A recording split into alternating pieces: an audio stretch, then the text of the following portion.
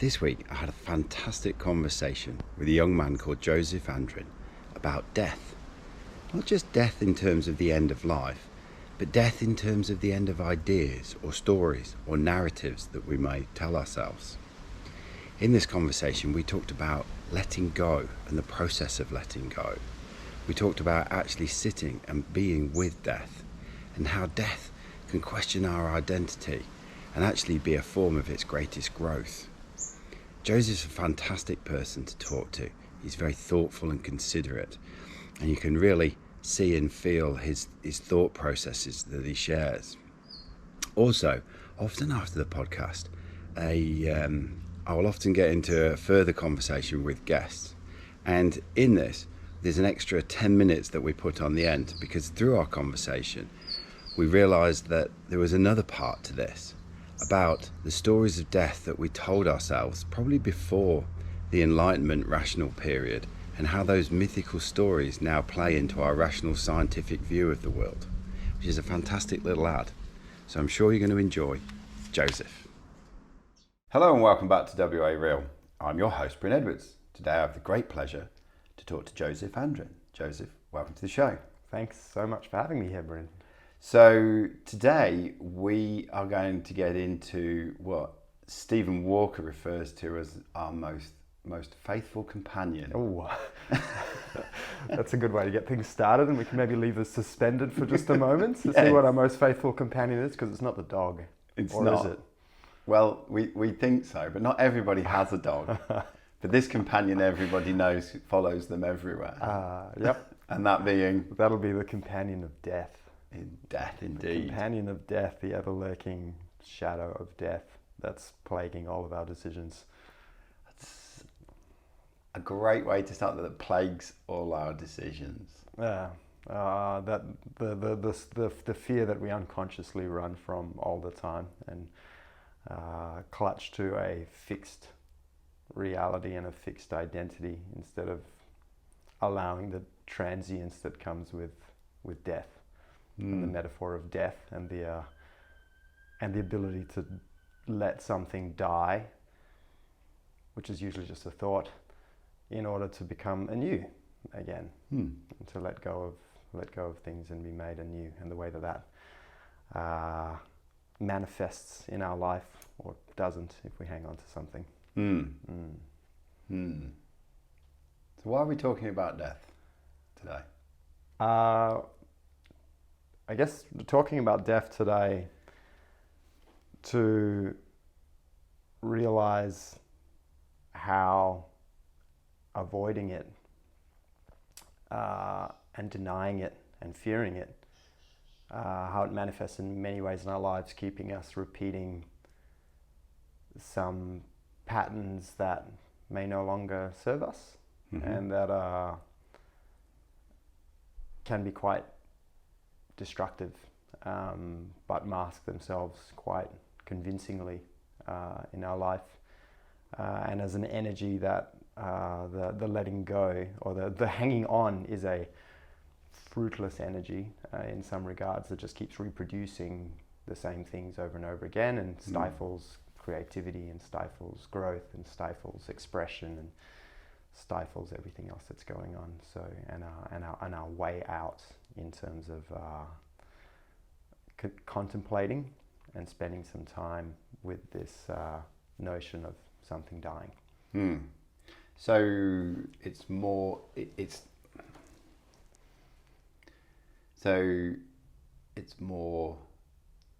the death of ideas and things within our life, as well as the end of our life. It's definitely more the former, the death of things and ideas within our life. Yes. The end of our life is possibly the greatest manifestation of that, the ultimate final letting go. I've had only small amounts of experience with death, and actually maybe that's a great way to start. I was going to ask this. Isn't it? Yeah, one of the experiences that I've had in my life that I'm most grateful for in terms of meeting death was when a family member, not a family member, family friend, was in hospice care in their final days.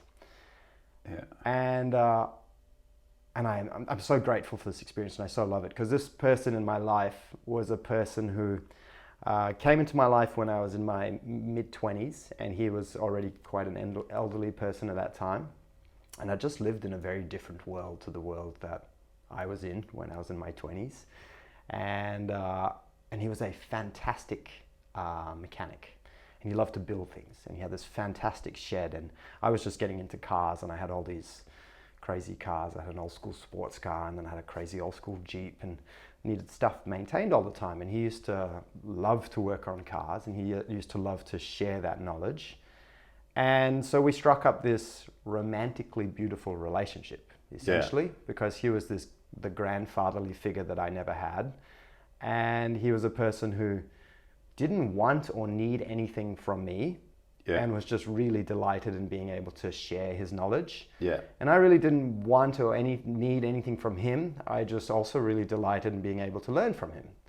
So our relationship together was just beautiful, right? Because we just washed in and out of each other's experience. It didn't go particularly deep, but there wasn't that clinging to each other for anything, or that needing anything from each other. That desperation of I need to exchange. And there was a real ease in which we could value and appreciate each other. Like there was a real ease for me to step into the relationship position, to play this relationship game with him, where I could come and learn from him, and he could teach me, and we could have a laugh together. And there was never any hard feelings about anything. Right? And it was about 10 years after I first came to know him that he was on his deathbed. And I'd had a few other people pass in that meantime, and already started to contemplate what it means for people's lives to end. And I was spending, his name was Clive, I think, I probably should say that, So I was spending some time with Clive at his bed as he was in hospice. And I didn't need him to make it. I didn't need him to survive. I didn't need him to hang on to anything. And it was because I had nothing I needed to forgive him for. And I had nothing that he needed. He had nothing he needed to forgive me for. There's no regret line. No, there's no story. There's no anything. I know in this situation I was, again, just really lucky, because I just had this person come into my life that I got to just have this beautiful relationship with, without all the stuff that normally can creep into relationships. We never crossed each other's boundaries in any way. We kept together and apart simultaneously in that beautiful way, right? So never encroaching on the other person's life or attempting to identify with how they are and be proud of them or embarrassed by them. That was never our thing, right? No projection of self onto another. No, So here I was in this very unique situation where someone was like passing and really facing their own mortality, and having no need to help them fight it, help them survive it, and really able to be with them. And over the next 2.5 hours while I was in that room with them, we went through a never-ending roller coaster of just emotions, and it was all allowed, and it was all beautiful, and there was moments of laughter and joy and just giggling and just being children. Then there was moments of fear coming up, where he was really talking about what was about to happen and the fear of ending. And then he also got to express many times one of the things that he was hanging on for was some of the other areas in his life where there was non-forgiveness. And he still hadn't been able to know how to let go of that. And those people with which he really wanted to forgive or be forgiven, or whatever narrative he was holding in his mind, he just wasn't able to let go of. So he was hanging on to that to hope to somehow fix that in his last moments. And for one reason or another, it hadn't happened yet. And so he was in this loop in those places. But I got to just journey with him, because again, I was very lucky in this situation. So I got to go really high with him, I got to go really low with him, and then back up to really high and then to really low, and just watch this thing move in every different direction very quickly, and also was able to observe him start to lose his functionality to do things for himself in a way. And there was a couple of significant things that happened while I was there as well. One was that he just wanted some water, and so I poured a glass of water and I put it on the counter next to his bed, and he went to go and grab the water and wasn't very good at his motor skills, but could drink, but spilt most of it over himself. And I just allowed that to happen and watched him spill all his water over himself and put his water back. Now, as I mentioned, there was some non-forgivenesses going on in his life, which is, I guess, it's understandable. And one of those people happened to be a person who was sitting outside the room, who had been sitting by his bedside for days and days and days on end. And that person started to intuit that something different was going on while I was in this room, and could see that we were going on this roller coaster ride together, really, with each other in a very connected way. And that person, I think, so desired that. But shortly after I had this experience of offering Clive some water, this person came in to give Clive some medication. And I observed as that person put the medication into Clive's mouth and then grabbed a glass of water and forced it into their throat, and kind of took away any ability for that person to go in grace, to become undignified, to kind of, just to let go, while this other to be, especially in that state, in this really precious state, to just be. And it's because those two people have like this long history together, right? Yeah. And there's this desire to seek that forgiveness and that letting go, but neither knows how to go first. And death is possibly the biggest thing that can wake you up to having that ability to let go. It's probably something that in this culture and society we can learn more from people who are in that state. But I know from my own direct experience, I don't actually get many opportunities to spend time with people like that. One, because I have not a lot of family here in Western Australia. And two, because as a culture we're hiding away a lot of that, putting anything to do with death and letting go behind many locked doors, from the way that we, in every area of life, whether it's the treating of healthcare to how we eat meat, like it's all very hidden from the world. We don't want to see that final letting go. So I really think there's a lot to be learned about letting go in the process of dying in that final death stage.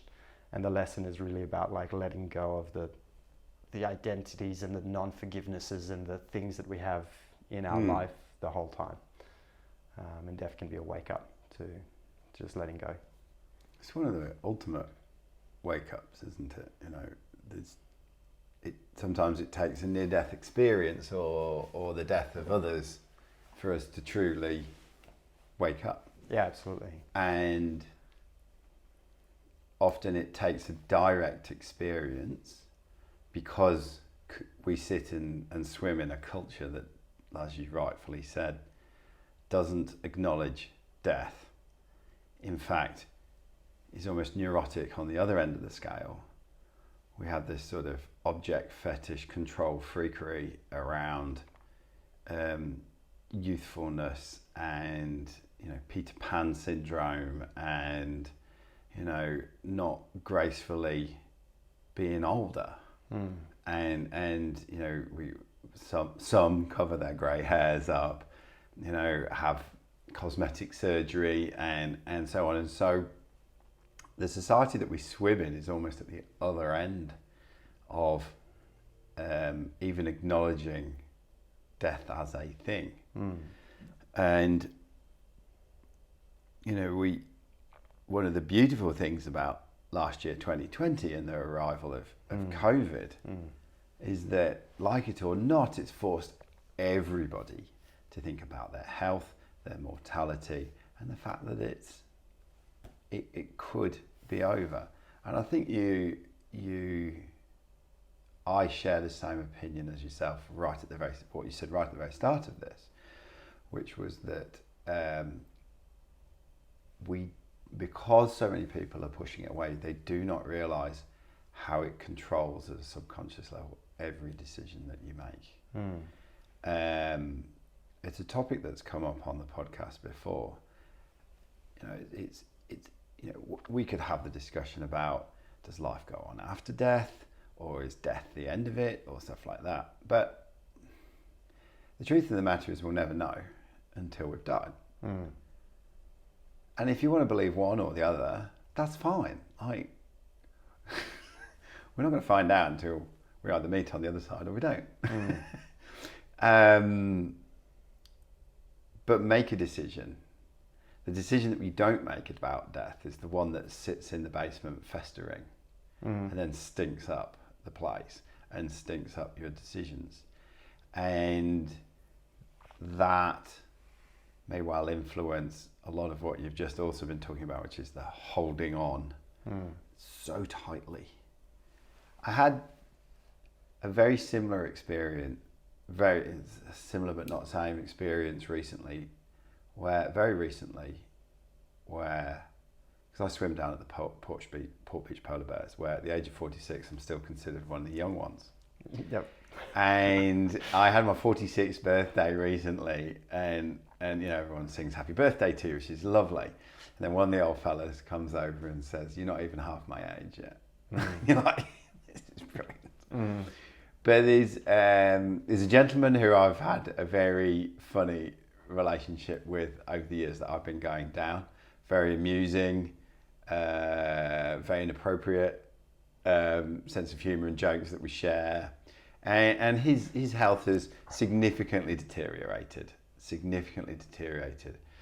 And his partner, he brings him down, and they have this lovely little Nissan Leaf, which they're allowed to park on the disabled bit right in front of the clubhouse. And he's blind, he's deficient in his eyes, and he can't really see much. So basically he sits in the front seat and with the window down, and we're all there having a cup of tea and toast, and people go and chat to him.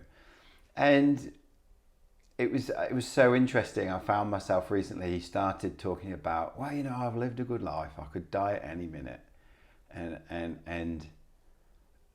instead of that whole rush to go, no, you'll be fine. You'll be back in the water again soon, or this, that, and the other. Everybody knows he's not, right? And so I sort of stayed with him and where he was, and said, yeah, you are, aren't you? And I actually made a joke, because up on the wall we've got portrait pictures of the polar bears that have passed away. And I joke in the middle of this conversation, jokingly went, "Yeah, I've seen the spot where we're going to pop your picture." He just laughed. Yeah. And there was just this beauty about, we're making a joke about, yeah, your picture's going to go up on the wall. Some real good dark humor there. Yeah. But it wasn't, I felt no need to protect him from what was about to happen. I didn't feel like, I was like, oh my God, if he then... Yeah, gotcha. Yeah. We know this. We've both had the same experience. Similar experience recently. And, one of the things that I do, in addition to this, is I do legacy interviews with people, so private interviews with people that go for like 4 to 5 hours.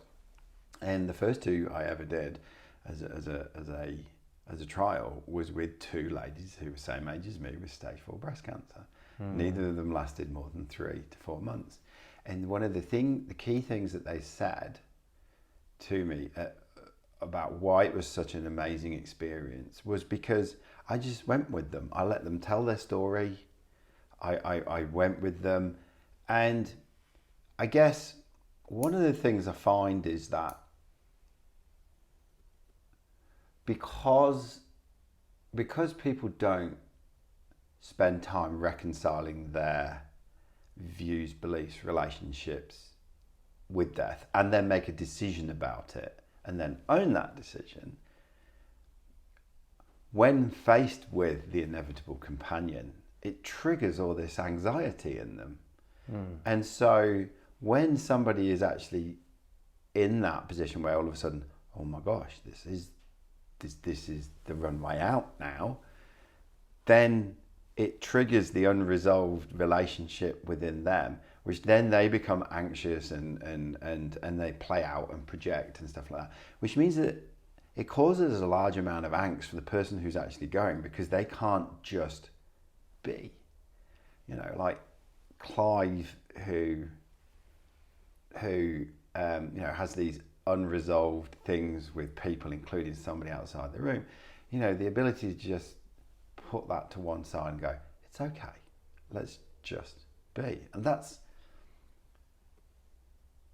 that's probably all somebody wants. That's all we want at the best of times, when we're in the middle of life, let alone when we're at the end of it. We just sometimes just want to be with someone without somebody needing to correct the narrative or put a happy shine on something. Yep. Or just because, you know, seeing a loved one that you know is a strong pillar in your life be depressed or anxious and less than the strong person that they should be, can be triggering. So then, you know, it's all of a sudden, oh, I need that person to be strong. I don't need you to be dying. I don't need... And so I think, whilst yes, it pervades an unresolved relationship with death, yes, pervades our everyday relationship, some of our everyday decisions. It also means that we can't serve the people that we love the most when they're faced with that. Does that make sense? Yeah, absolutely. I kept having this thought bounce in my head as I was listening, that while this is all like a metaphor in some ways for when a person finally, when a physical person is dying, what it is a letting go of an identity. And Correct. Our identity in any moment in time can die and be born anew.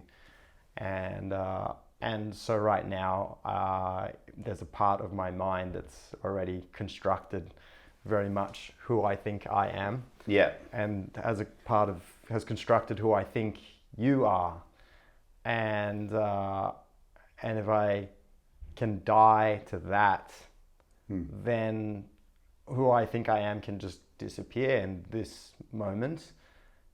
And I could discover something entirely surprising about who I think I am now. And I can also discover something entirely surprising from you in this Correct. moment. And there's this constant opportunity to just like let go of the things that we hang on to. And so clinging to that thought, it's sure, we can't see the thought and we can't be like, that's the thing I'm hanging on to. But that's essentially what we're doing, clinging on to identity of ourselves. And that's manifest in this body. So this is the final thing that I'm like clinging on to, which when a person is actually dying, they have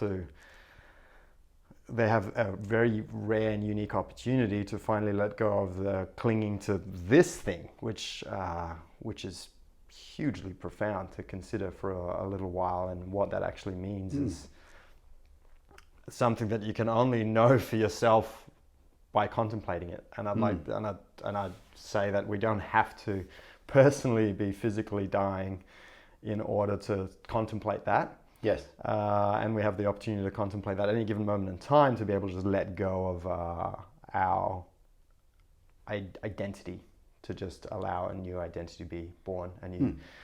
So in this thing, I've come here in some ways to die, and be born anew, right? To see what else is there, like what else is there new that can emerge from this. So. And I think that clinging on, as you know, you talk about letting go, but there's also that holding on so tight of someone else, of an identity, of an idea, a house, a relationship, a job. It's so interesting because we cling on, yet things come and then they go, and then they come and then they go. You know, you could cling on to the, you know, the romantic childhood part of your children's journey as a parent, but they're going to grow, and they're going to become adolescents, and they're going to become little shits, and then, you know, they're going to then become a young person, and they're going to have boyfriends and girlfriends, and it's going to be up and down, and, you know, and they're going to be different from the little child that was very dependent on you and just thought roses were brilliant and just wanted to skip all day. Yeah. You know, and we can have jobs where, you know, I am an engineer, and then after 20 years you realise that you're no longer an engineer because the world's moved on or whatever. And I think you're very right with the identity part. Who am I? And I think one of the things that I have played with, let me put it this way, one of the things that experience has presented and I have reflected on is where we place our anchor points or reference points for who we think we are, you know, externally or internally. And the more we have external anchor points, the more they can move, and then we end up with some sort of existential crisis. Yet at the same time, if we completely remain internally focused, we don't have that such existential crisis, but then we don't make connections, and we don't have all that love and beauty in our life of having really good friends and those beautiful moments with loved ones and things like that. So there's this really lovely tension of having the anchor points inside and outside. But then I think it's this wanting things to remain the same, because then they become safe, and then that can become comfortable, and it then becomes a challenge. In the external and internal anchor points, one of the thoughts that bubbled up there for me was like, one way that sometimes we identify with things outside of ourselves externally, and then that is just an even greater desire to be able to control more. And that's when we get into our mess with things, because if I start to want external validation from you, for example, and then you don't do something that I want you to do, then I'll take it very personally. So I've just made the thought of how the world should be now expand outside of me to like include you, which is obviously never going to work. And it's just a recipe for disaster. And you know, okay, we started off by talking about death, but you're also now talking about a really key part of development that I think has been so overlooked, which is this whole object subject. Where do I start? Where do I end? Where do you end? Where do you start? And what's our journey through time?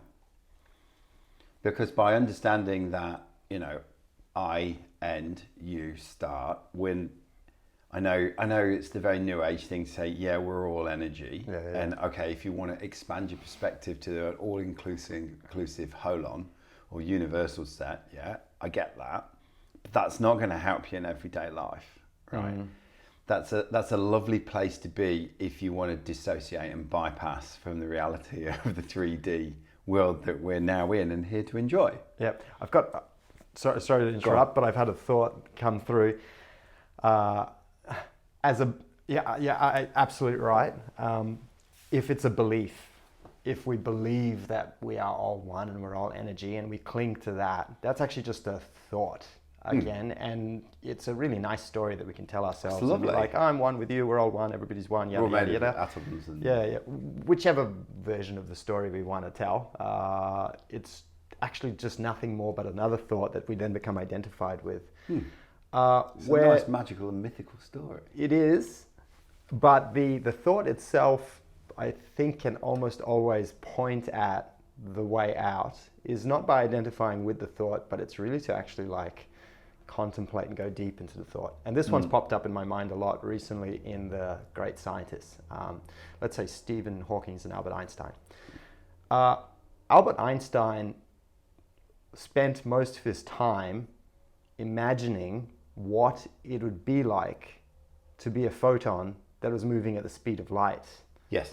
Which is, it sounds like an insane thing to do. No. But that's what he did. He spent his time thinking about what it's like to be a photon traveling at the speed of light, and then he had all this revelation. Yeah. And then he seeked to express this revelation. Now he had that not because he just believed in it. He actually went there with his mind. Yeah. Like had that experience and then brought it back. And now he's explained it to us, and he's actually pointed to you and me that we too could also spend our time imagining what it'd be like to be a photon and actually have that direct experience to then be able to actually understand what Einstein's written down. Yeah. We can't believe in Einstein. It's pointless. Like it's pointless to just be like, oh, I believe what Einstein says because the theory's there. We actually need to go and like put our mind to do the exercise. We need to do the exercise, which is all in the imagination. And Stephen Hawking is the same. He did something similar. He spent all of his time imagining what it'd be like to be a black hole. Like these ideas are crazy. So, and in death is the same. To spend all your time imagining what it'd be like to be dead also seems nuts. And to say, oh, I believe there'll be an afterlife, or I believe we're all energy, or I believe we're all one, or I believe we'll be reincarnated, none of that means anything if it's just a thought that you're just identified with, because that's actually just hiding what it is that you don't want to address in the first place. But if you go and actually just spend a lot of time imagining it, they all seem equally as impossible. To imagine yourself as a black hole, to imagine yourself as a photon, or to imagine yourself dead. They all seem equally as impossible things to do, but all three of them are actually an insight to a letting go of the identity you have to something else. Correct. Yeah. I like that. Yeah, that was fun. I like that too. I enjoyed that. I wonder whether, rather than imagine yourself dead, imagine yourself dying. Yeah. And that lead in. Yeah. I think that, we spoke briefly about beforehand about being in the ocean and the fear of the ocean and what's in it, and the fear of seeing a shark, let alone being bitten by one. This is like remarkable for a lot of people, or the prospect of seeing a shark, let alone so. Maybe part of this is spending some time imagining what your demise would be like, feel like. What would it actually feel like to go into this state of ultimate letting go? Yeah. I think, but in that raises something that, so I had a lady on the podcast before, about 18 months ago, called Nicola Adams, who's an ICU nurse, so she deals a lot with death. Yeah. And one of the things we realised was there's just no language about it. For her, it was, she was asking the question, what is a good death? And so now you're using the word good with death. Is that appropriate? Does it work? Does it not? There just doesn't seem to be the language. We have to invent a language. I mean, like Einstein and Hawking's invented different ways to express their ideas using math and symbols. And today in the world we're inventing languages continually to talk about all kinds of ideas, and technology, and art is an expression, music is an expression. We're just trying to articulate the thing that seems unarticulatable, so that you can finally communicate the revelation that you've had about something with someone else, and the language and thoughts that existed in the past won't work to describe a new revelation. You're going to have to look for new words, and we've been doing this kind of forever. Yeah, just watching language evolve, and it's not just words anymore. It's much more than that. Yeah. But I think to recognise that there's a gap even before we invent it. Yeah. It's recognising. It's great. That. I think that'd be a great place to be. Yeah. Because then you're like, there's this thing I need to express. Yeah. And it's don't know how, but I will work it out. Exactly. I will work it out, and I will work it out to a point that this expression can come from God knows where. Yeah. This expression can come from God knows where, and I spend so much time pondering it that I get to a place where I can finally express that thing so that it's possible for someone who wants to listen to actually be able to hear that and connect with it right back at the same source, right? I had the great privilege of meeting a few geniuses in the last few years, and it's really amazing to meet someone who's just like in their genius mode, especially if you happen to bump into them at that time and they're firing at whatever 10 bazillion neurons all perfectly aligned at that time, and they're an expert of something that I know nothing about, and they're just like way over there, right? Like way over there, and I guess we meet geniuses all the time, and I've just been lucky a couple of times that I was present enough to recognize the genius in the other and be like, wow, this person's a genius, and to ask them about their work. And the beautiful thing that they did was they first assumed that I was a genius on their level as well. So they were like up here, and I asked them this question, they answered it here, and I was like, I still don't know what you're talking about. And they go, oh, okay, here. And I'm like, oh, I still don't know. And it doesn't matter, like, you just keep asking, he'll just keep coming down a peg until a connection point is built. Yeah. Right? And he's just trying to wire up for me this path from here to here. And then just like, I got it, right? On this one tiny thread. His thing, unfortunately, has a million threads on the top. But if you earnestly want to learn from someone who knows something profound, and you happen to recognize their profoundness, I think we kind of need to put ourselves in check, be quite curious, because it's quite likely that if they're in another echelon, it's taken them a while to get there, but they'll get you there.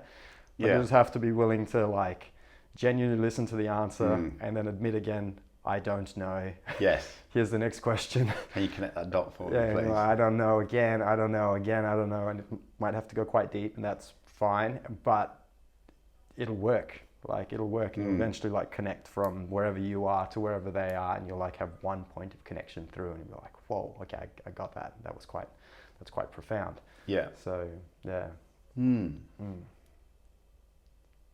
So where are we at in our conversation? I'm not sure. I thought rather than just look down and come up with a question, I thought I'd ask you. I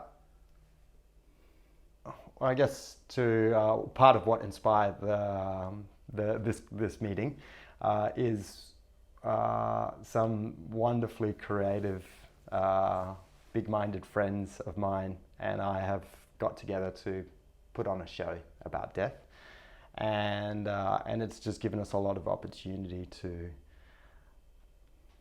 frankly share our experiences about it and contemplate it and philosophize about it and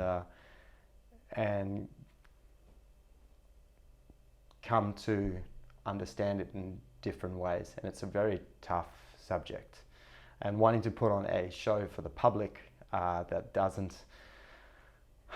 isn't preachy or try and say that you know what's up becomes a very quick challenge. Like, because you've got the same challenge as genius, haven't you? Yeah. That you've got to connect and then bring people on a journey, and it's we have to go connect with our genius first too. Yes. But there's another connector part. You know, you could argue that genius is, you know, like that mental capability to understand.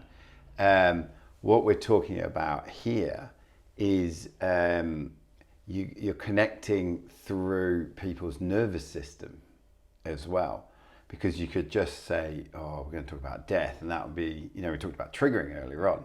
So it's like, oh, fuck you, here's the boundaries, Is about, no, I'm not even going to buy a ticket. I'm not even going to step through the door.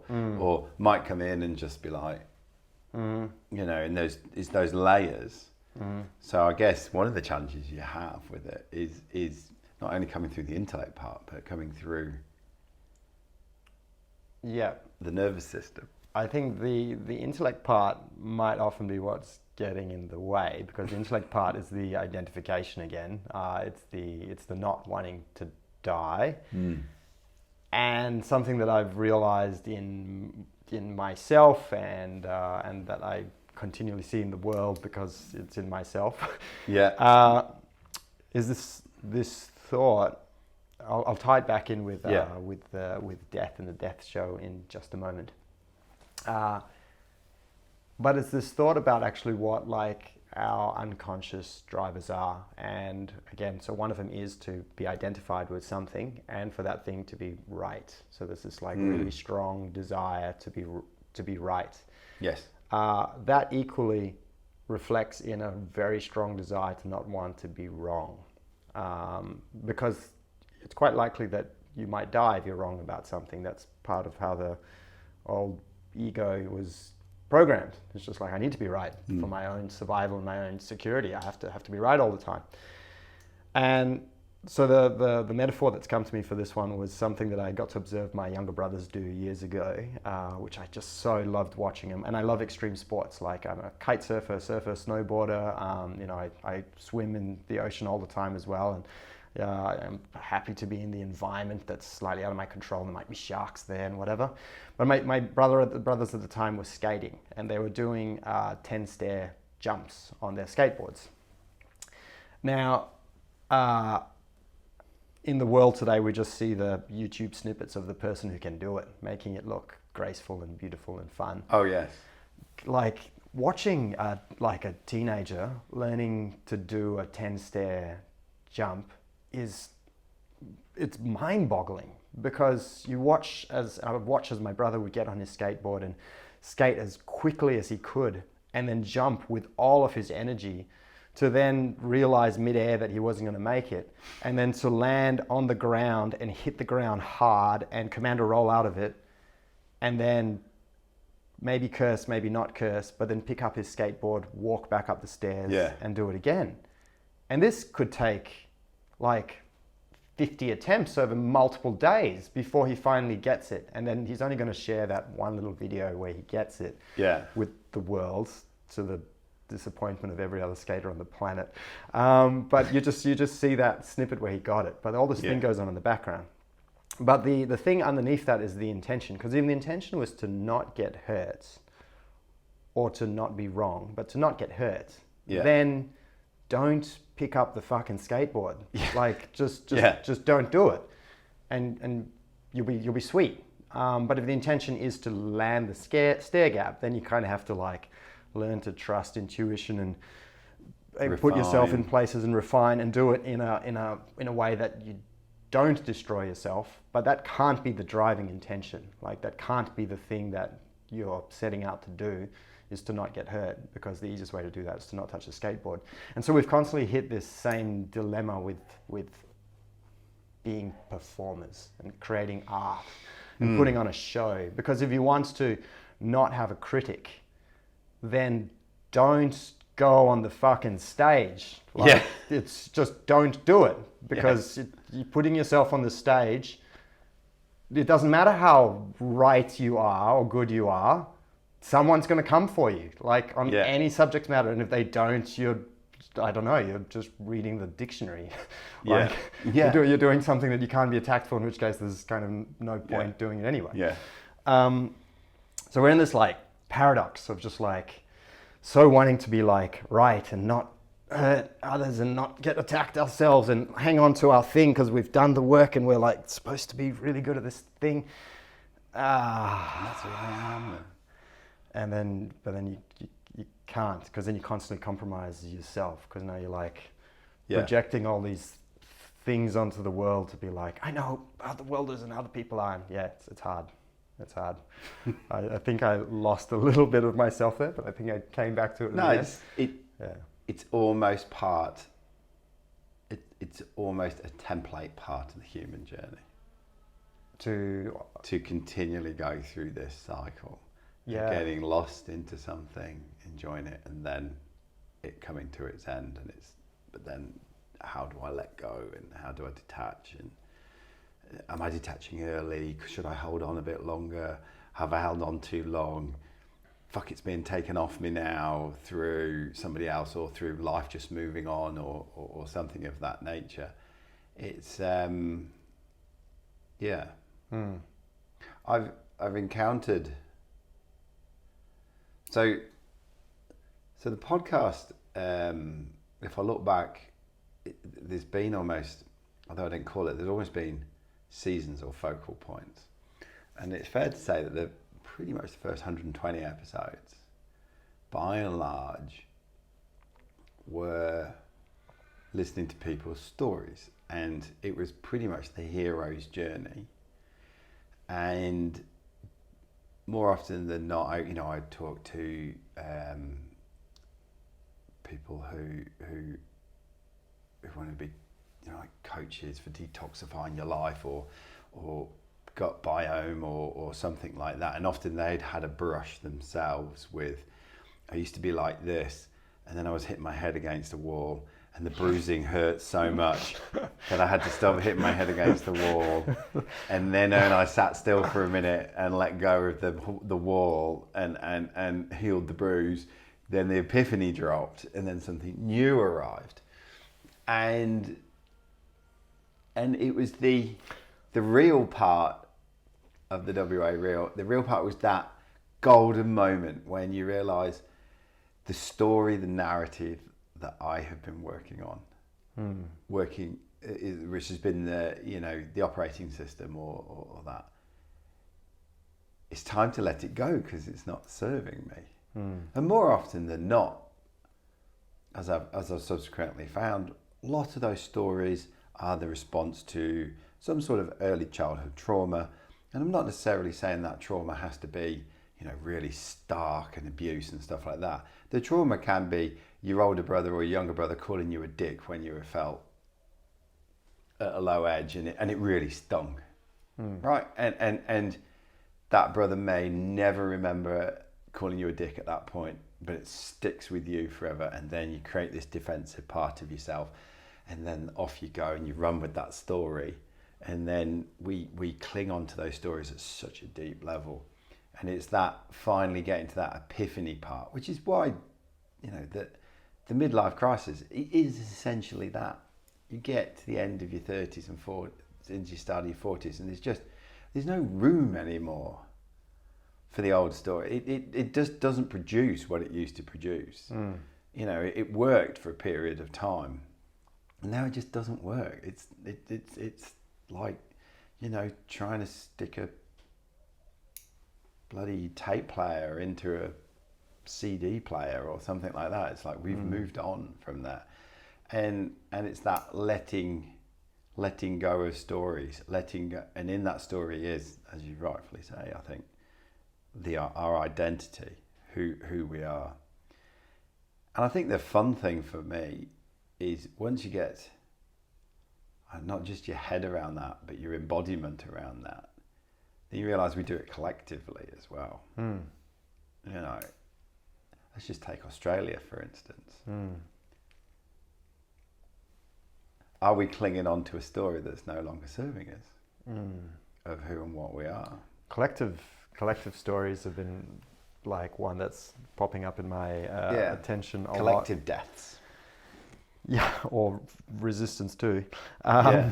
Is that what we're going through right now? Well, I mean, we are in the COVID pandemic, or in the tail end of the COVID pandemic at the moment. Or perhaps the middle, or maybe the beginning, who knows? Economies that are dying.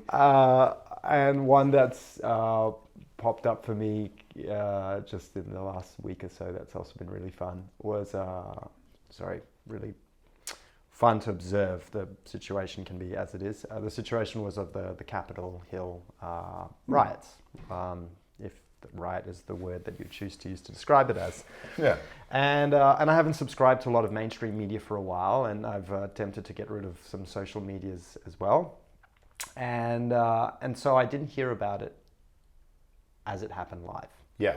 And then I heard about it later, because it's kind of hard to not Yeah. hear about it at all. You'd have to have your head under a rock, which is possible. It gets but not, provoked by someone else telling you. it's not advisable to just not want to hear anything. Eventually came to me and I was like, all right, I want to go and learn about this. And then as I went to want to learn about this, I got confronted by the problem of working out whose story I wanted to side with. And so I jumped on the internet and I watched the Fox News story, and then I watched the CNN story, and I heard the story of like the people who are wanting to demonstrate that there's this oppression of freedom of speech. And then I got the CNN story about these like horrible, crazy rioters. And then I jumped on 9 News Australia and watched the 9 News story, and I had this fun little observation of the 9 News story, which is like, tragic in the world tonight as rioters break into Capitol Hill in America. And then you see this story start to unfold. And in the 9 News version of the story, there's lots of scenes of the rioters breaking into the places and mad looks in their eyes and chaos, just lots of chaos on the screen.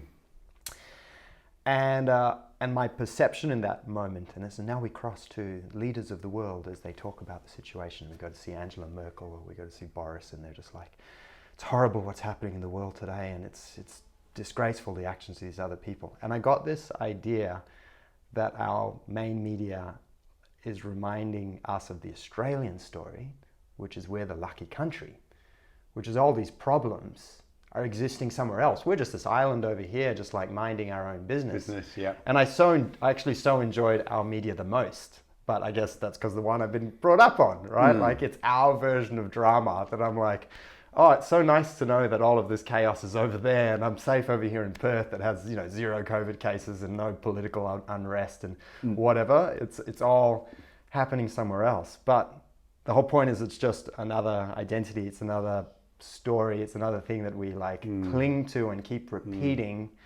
And it's the Australian identity and the Australian story that's in a cycle as well. And it's part of a larger world narrative.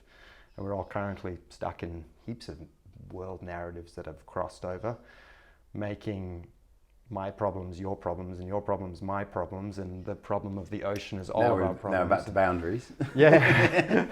And the way that we deal with it. And it's crazy how many different lenses you can put on to view the exact same story, and then you can be like, I don't know what the story is anymore. Correct. And I don't know, in a world, I've talked about this a lot, in a world where we're culturalized and educated to know things, don't look stupid, look smart, be right, don't be wrong. And even earlier on when you were talking about being right can often be linked to, life, death, outcomes. But even still, I read an interesting article that the word risk, its use skyrocketed in the I think it was late 80s, early 90s, all of a sudden it skyrocketed. And now we become very risk observant, risk averse. And yet previous to that, risk was a word, there's places you can go to find the general use of a word in articles and stuff. The general use of the word risk was pretty low, and now it's vocabulary. Yeah, remarkable.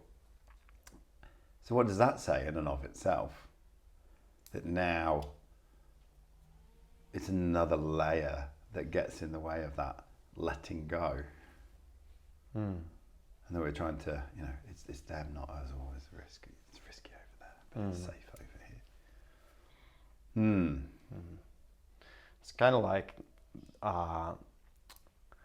what's the underlying narrative that we've got programmed in ourselves, and sometimes it can be very hard to see from inside of your own skin what your narrative and story is. But it's the attachment to that idea that's producing everything that's going on in our life experience. Yeah. And if it's to not get hurt as a skateboarder, then eventually you'll quit skateboarding and you'll get really hurt. Yep. If it's attention to not get hammered on stage as a performer, you'll eventually either quit that or completely compromise your show, or you're just going to attract that whirlwind of abuse anyway. Yeah. But that thing is like guiding us, and it's like just really that strong attachment to that keeps coming up like over and over again, and that's the one that we need to bring into the light at the moment. And I think the world is giving us all the opportunities that we need to do that, so long as we don't just put our masks on and run from ourselves. Yes. Yes. It's all happening over there, not over here. Yeah.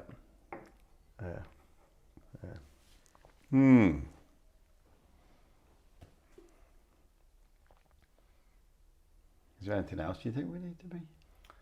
No, I feel like that was fun.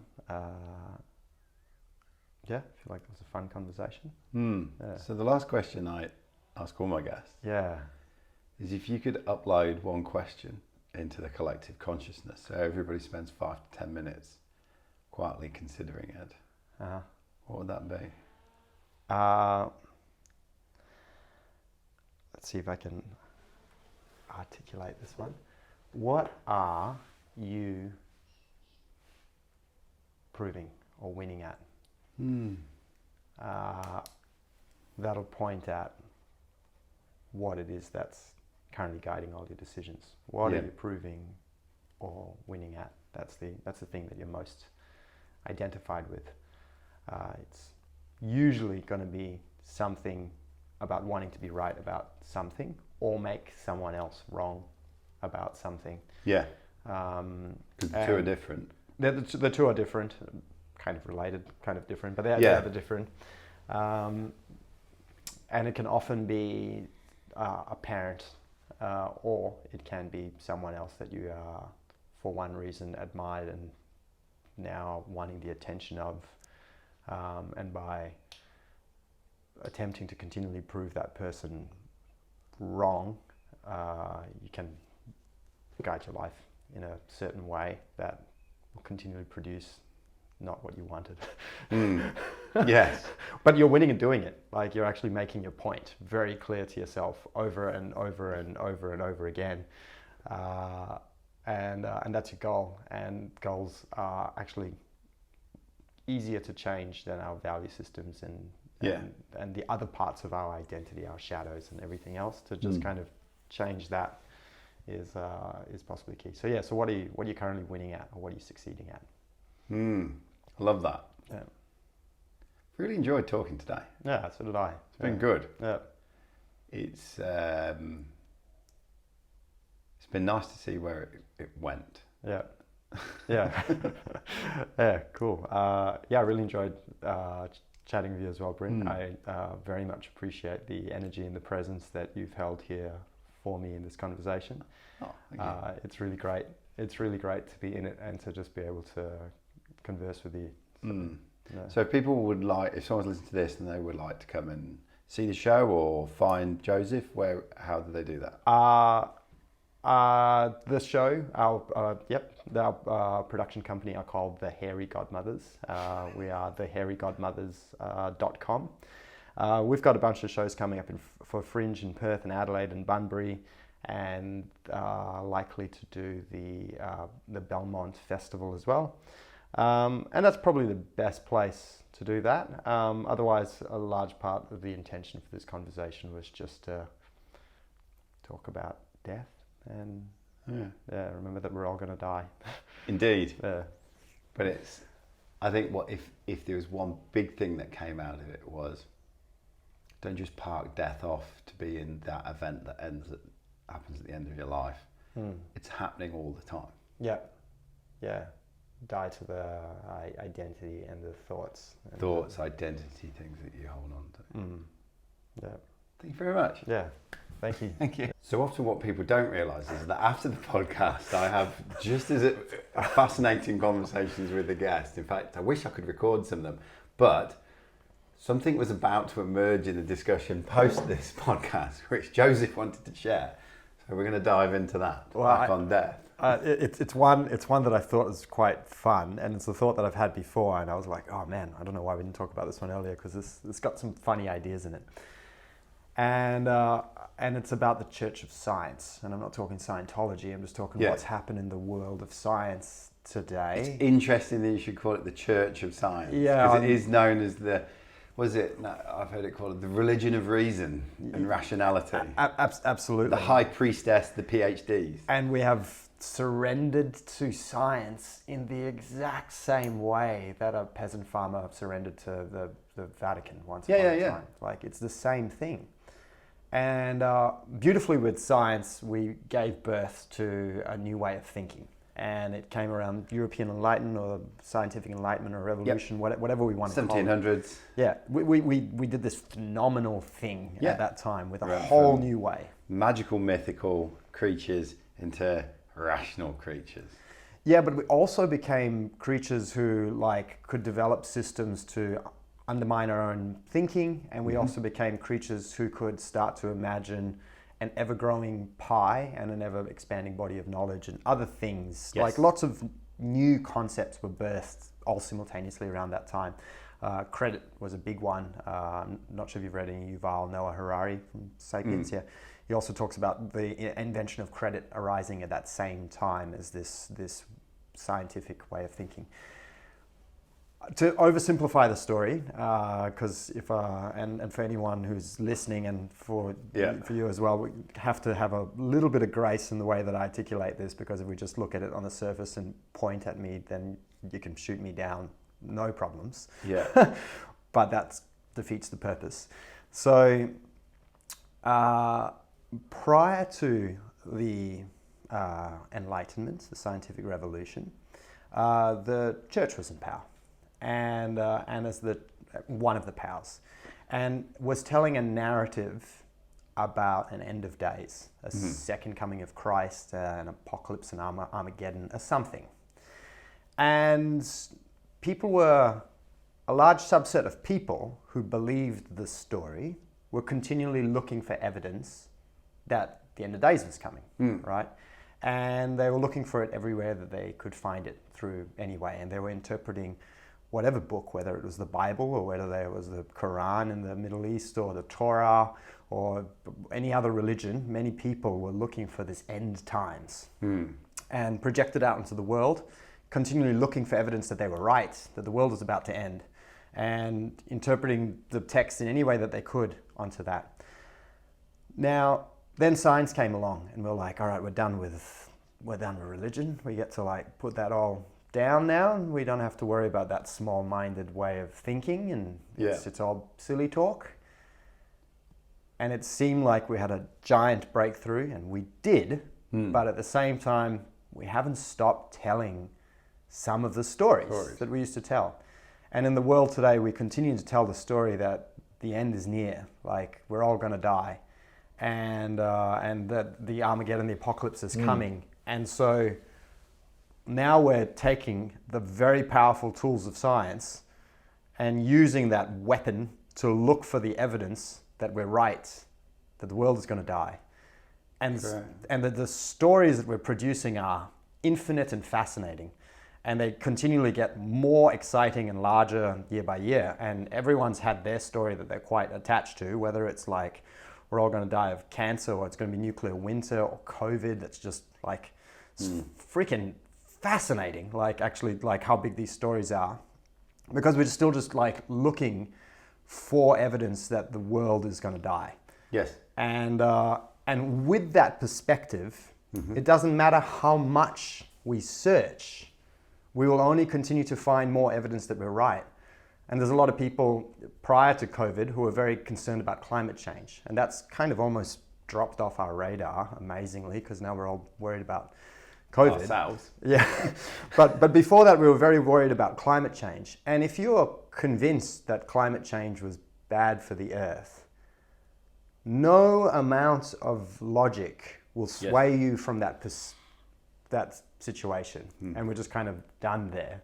And the only way out of that is to be willing for just a moment to like let go of your identification with that idea, or to take off those lenses for just a moment. And whether we can actually see the real truth, I don't know. I'm gonna speculate no. But we might be able to put on a different set of lenses and maybe put ourselves into a voluntarily another layer of delusion. Yep. But perhaps one that might be more invigorating, exciting, inspiring for our own personal life experience. Yes. The narrative that the world is going to end and climate change is bad, or COVID is bad, or that nuclear winter is coming, and looking for evidence for that will lead you to live your life a certain way. And so long as you insist on being right about that, and you're identified with that thought, there'll be quite a lot of fear in one's life, where if we're just looking for signs of life and looking for excitement, enthusiasm, inspiration, joy, growth, beauty. joy. Yeah, if we were looking for something else, then we can, but you can never actually get that from the logical point. It doesn't matter how much data we go through, you won't get there. That's it. So that was the thought. So how does that relate back into death? Well, that we're actually looking for signs that we're going to die. Like we're looking for signs that the end of times is coming, and we're quite strongly insisting that we're right about that. We're looking for evidence that there's climate change, and then we're insisting that we're right that there's climate change. I'm not denying climate change. Yeah. But I'm saying that if we go looking for it and obsess over it, we will find more evidence for it. And if we go looking for evidence that cancer is going to kill every person, then we will find plenty of evidence that cancer is going to kill every person. If we look for evidence that our political systems are corrupt and we're all going to nuke each other, we will find that.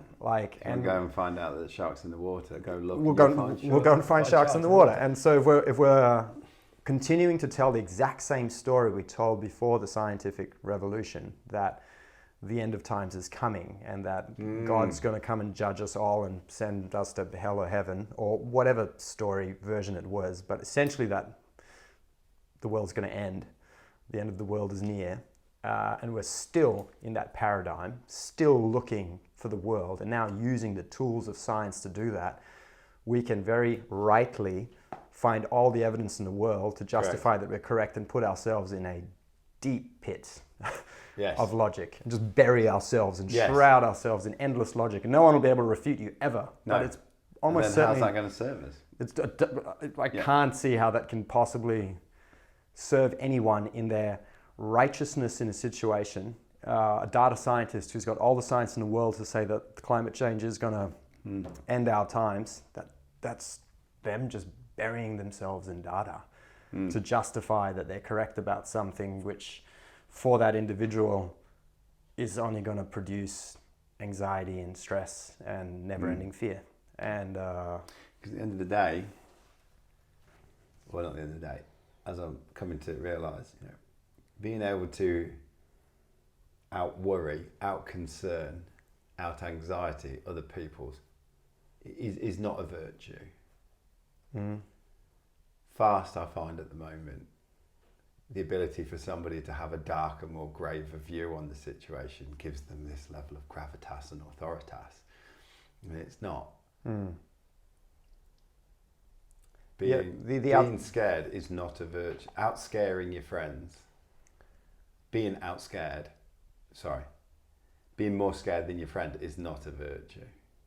And our current responses to those fears as well are, I think, very manifest as well in the wave of veganism and keep cups and wanting to drive green vehicles. Again, each initiative in itself seems like a good initiative, but it's not. It's just another layer that's not fighting the root cause that we think we're all going to die and that the world is going to end.